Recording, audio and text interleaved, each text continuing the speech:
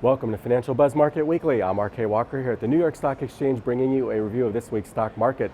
On Monday, trading volume was extremely light and there wasn't much economic data. However, U.S. crude dropped 3% to $47.05 a barrel, and 10-year Treasuries yielded 1.54% as investors basically waited for Janet Yellen's speech on Friday. On Tuesday, the PMI manufacturing flash for August slowed by 0.8 of a point to 52.1, and new home sales for July were up 12.4% to an annualized 654,000 units. This is the highest level of new home sales in almost 9 years.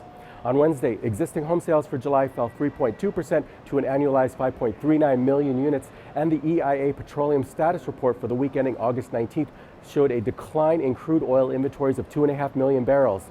On Thursday, jobless claims for the week ending August 20th fell 1,000 to 261,000, and durable goods orders for July were up 4.4% compared to the prior month's 4.2% decline. Market trading volume was low and volatility was low, with the VIX remaining below 15 for 36 days, the longest since 2014. On Friday, the second estimate of the second quarter GDP was revised down 0.1% to 1.1%. The much anticipated speech by Fed Chair Janet Yellen revealed that the Federal Reserve believes that the case for an increase in the federal funds rate has strengthened. However, traders were already expecting this. Markets were up modestly on the news. Now let's take a look at some stocks. Shares of technology retailer Best Buy jumped 16% after the company released their quarterly earnings and impressed with better than expected sales.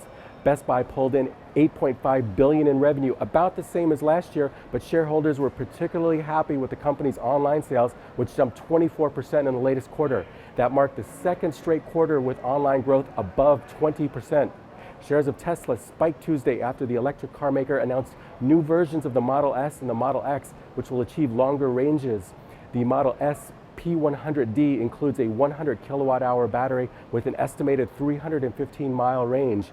The Model X P100D also has a special mode which enables the car to go from 0 to 60 miles per hour in only 2.9 seconds.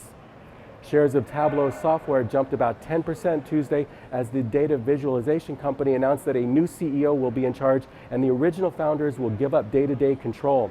The new executive officer is Adam Selipsky, an 11-year veteran of Amazon, most recently as VP of Marketing, Sales, and Support for Amazon Web Services. Lannett Company's stock jumped 15% after the generic drug maker reported financial results for its fiscal 2016 fourth quarter and full year ending June 30th. Lannett's sales jumped 70% year over year thanks to the acquisition of Kremer's Urban Pharmaceuticals. Tiffany & Co. reported its second quarter financial results ending July 31st on Thursday. Sales missed analyst estimates, however, profits unexpectedly rose. The rise in profit was due to a recent drop in raw materials prices and lower selling and administrative costs. Shares of the company surged more than 7%. This is Financial Buzz Market Weekly. I'm RK Walker, and I'll see you again next week.